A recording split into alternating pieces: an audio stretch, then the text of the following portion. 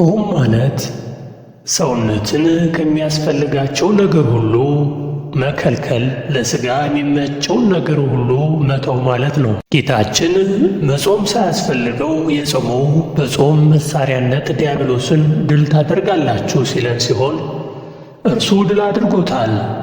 ካልጾሙ ካልጸለዩ ሰይጣንን ድል ማድረግ እንደማይቻል ጌታ አስተምሮናል። በኢትዮጵያ ኦርቶዶክስ ተዋሕዶ ቤተ ክርስቲያንም በአዋጅ ከሚጾሙት 7 አጽዋማት አንዱና ትልቁ ይህ አብይ ጾም ጾመ ኢየሱስ፣ ጾመ ሆዳዴ ወይም 40 ጾም በመባል የሚታወቀው ነው። እናንተስ በምትጸልዩበት ጊዜ እንዲህ ነው። ስትጸልዩም እንደ ግብዞች አትሁኑ፣ ለሰው ይታይ ዘንድ በምኵራብና በመንገድ ማዕዘን ቆመው መጸለይን ይወዳሉና፣ እውነት እላችኋለሁ ዋጋቸውን ተቀብለዋል። እናንተ ግን ስትጸልዩ ወደ እልፍኛችሁ ግቡ፣ መዝጊያችሁንም ዘግታችሁ በስውር ላለው አባታችሁ ጸልዩ። በስውር የሚያይ አባታችሁም በግልጽ ይከፍላችኋልና፣ አሕዛብን በመናገራቸው ብዛት እንዲሰሙ ይመስላቸዋልና። ስትጸልዩ እንደ እነርሱ በከንቱ አትድገሙ። ስትጾሙ እንደ ግብዞች አትጠውልጉ፣ ለሰዎች እንደ ጾማችሁ ሊታይ ፊታችሁ ይጠፋልና፣ እውነት እላችኋለሁ ዋጋቸውን ተቀብለዋል። አንቺ ግን ስትጾሚ በስውር ላለው አባትሽ እንጂ እንደ ጾመኛ ለሰዎች እንድትታይ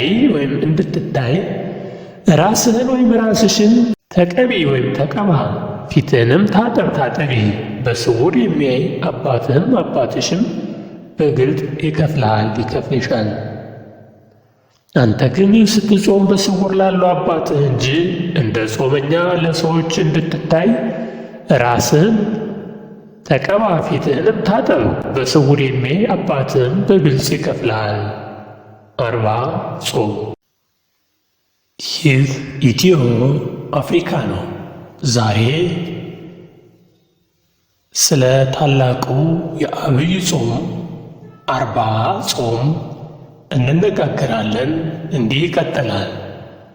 40 ጾም። አብይ ጾም በመባል ስያሜ ወጥቶለት የሚታወቀው ይህ ጾም የኢትዮጵያ ኦርቶዶክስ ተዋሕዶ ቤተ ክርስቲያን በአዋጅ ደንግጋ የምትጾማቸው አጽዋማት መካከል ለ55 ቀናት ያክል የሚጾም ነው።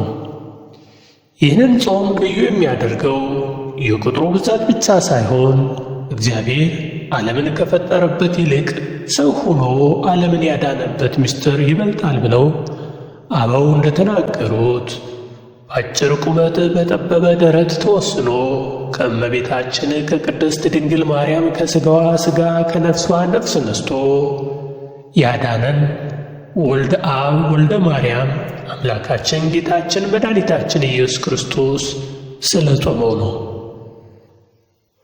በማቴዎስ ወንጌል ምዕራፍ 4 ከ1 እስከ 14 አምላካችን ጌታችንና መድኃኒታችን ኢየሱስ ክርስቶስ በዮሐንስ እጅ ከተጠመቀ በኋላ ወደ ገዳመ ቆሮንጦስ በመሄድ 40 ቀንና 40 ሌሊት እንደ ጾመ በዚያውም በዲያብሎስ እንደተፈተነና ዲያብሎስን ድል እንዳደረገው ተዘግቦ ማንበባችን ጾም ዲያብሎስን ድል መንሻ መሆኑን እንድናረጋግጥበት ያደርገናል። የመጀመሪያው ሰው አዳም በሰይጣን ዲያብሎስ ተፈትኖ የወደቀበትን ፈተና መጾም የማይገባው ጌታችን ለእኛ አርአያና ምሳሌ ለመሆን በገዳመ ቆሮንጦስ 40 ቀንና 40 ሌሊት ጾሞ ሰይጣንን ድል የነሳበት በመሆኑ እኛም የተለያየ ፈተናን በጾም አሸንፈን በረከት የምናገኝበት ጾም እንዲሆን በየዓመቱ እንጾመዋለን።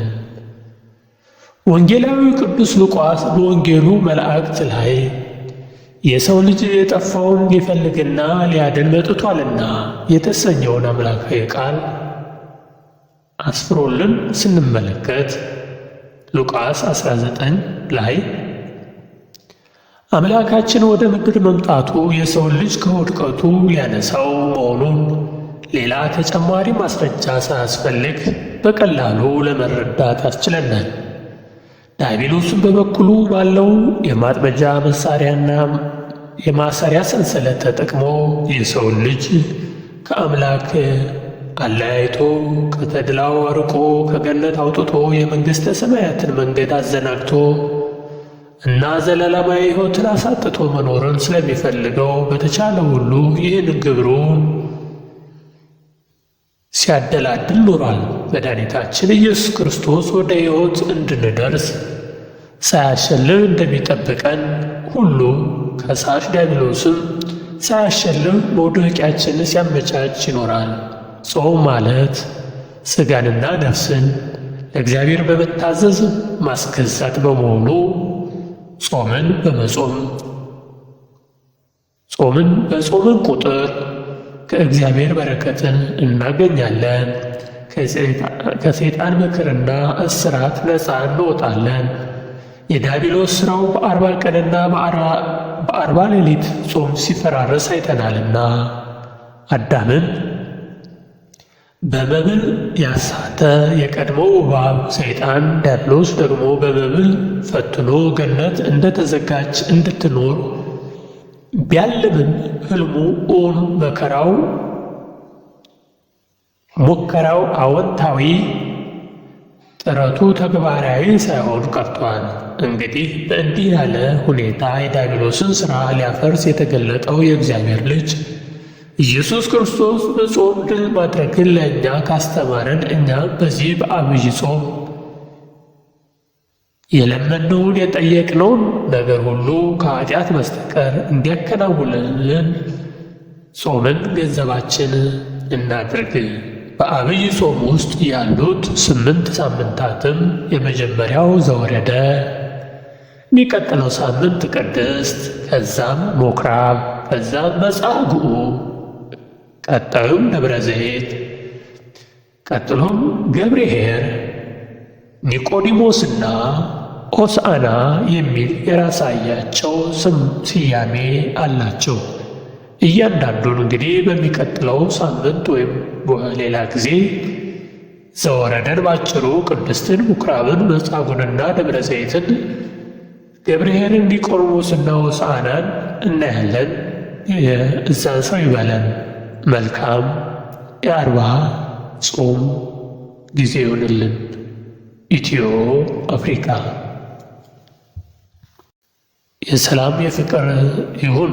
ውጭ ሀገርም ያላችሁ በሰላም በፍቅር ወደ ሀገራችሁ የምትመለሱበት ሀሳባችሁ ተሞልቶ በሰላም ወደ ሀገራችሁ የምትመለሱበት ያድርግ። ፈጣሪ አምላክ ሁላችን ይባርክ። ኢትዮጵያ